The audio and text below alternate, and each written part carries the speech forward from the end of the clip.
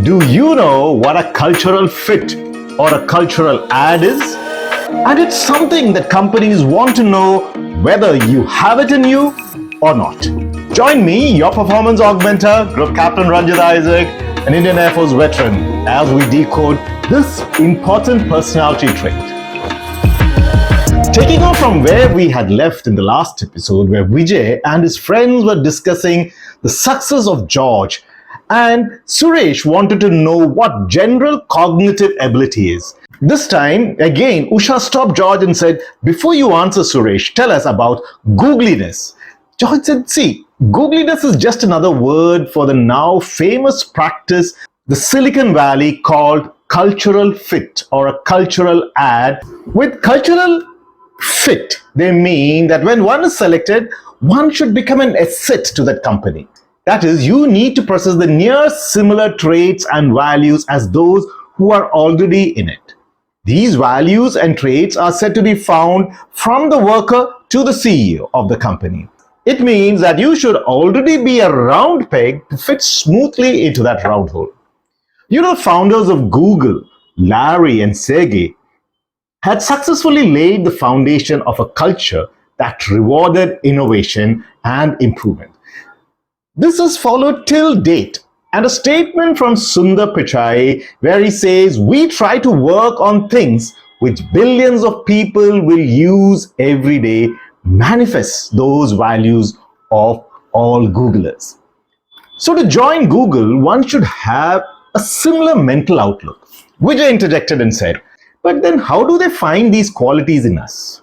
George said they had done some analysis on the 10,000s they had hired and the millions they had not. And based on the study, they have developed a process where they screen candidates for 4 major attributes, out of which googliness is one.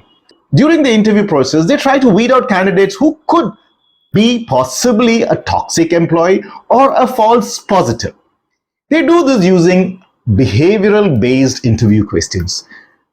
To clear it, you need to form your answers in the Google way, smiled George. Usha intervened again and said, "Have you any idea of the behavioral-based interview questions they ask?"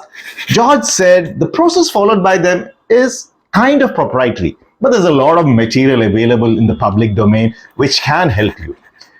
So to check the quality like fun-loving and playful, which is one of the attributes, the interviewer can ask behavioral-based questions that would be like, what is the maximum number of golf balls that can fit in a typical school bus? Usha looked with disdain and said, "What a stupid question. Why would anybody want to stuff a school bus with golf balls?"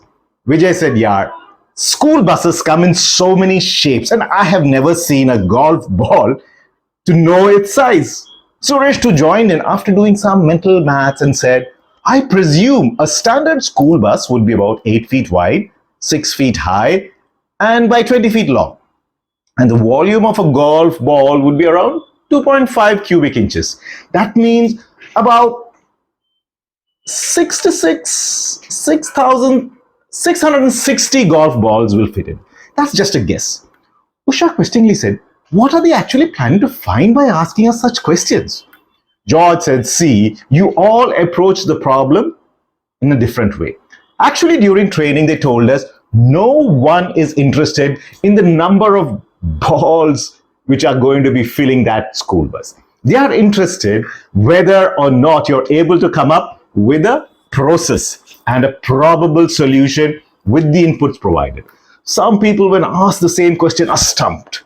The others have no idea how to proceed. They just stop and freeze. And they look at you and flounder. While others like Suresh come up with a problem-solving process, they define the problem, then gather the available information, make assumptions, and note the danger of their assumptions. Then they start to work for a rough solution. The number that pops up in the end is not relevant as long as it's not outlandish. The interviews ask these questions to see if you can understand the key challenges and explain the assumed process to solving the problem on hand. They check how stressed or relaxed you get. All this tells them how fun-loving and playful you are under pressure. So friends, do you realize it's not your bookish knowledge that is being evaluated by companies interviewing for this quality? We just saw how cultural fit is evaluated using behavioral-based questions. They evaluate you on how you present your answers, how creatively you can think, how quickly you respond, and how you handle pressure, maybe by giving a funny answer that can make your interviewer smile. We will find out more in the coming episodes next week. Till then, this is Group Captain Ranjit Isaac, your brand strategist and your performance augmenter, saying bye and Jai Hind for today.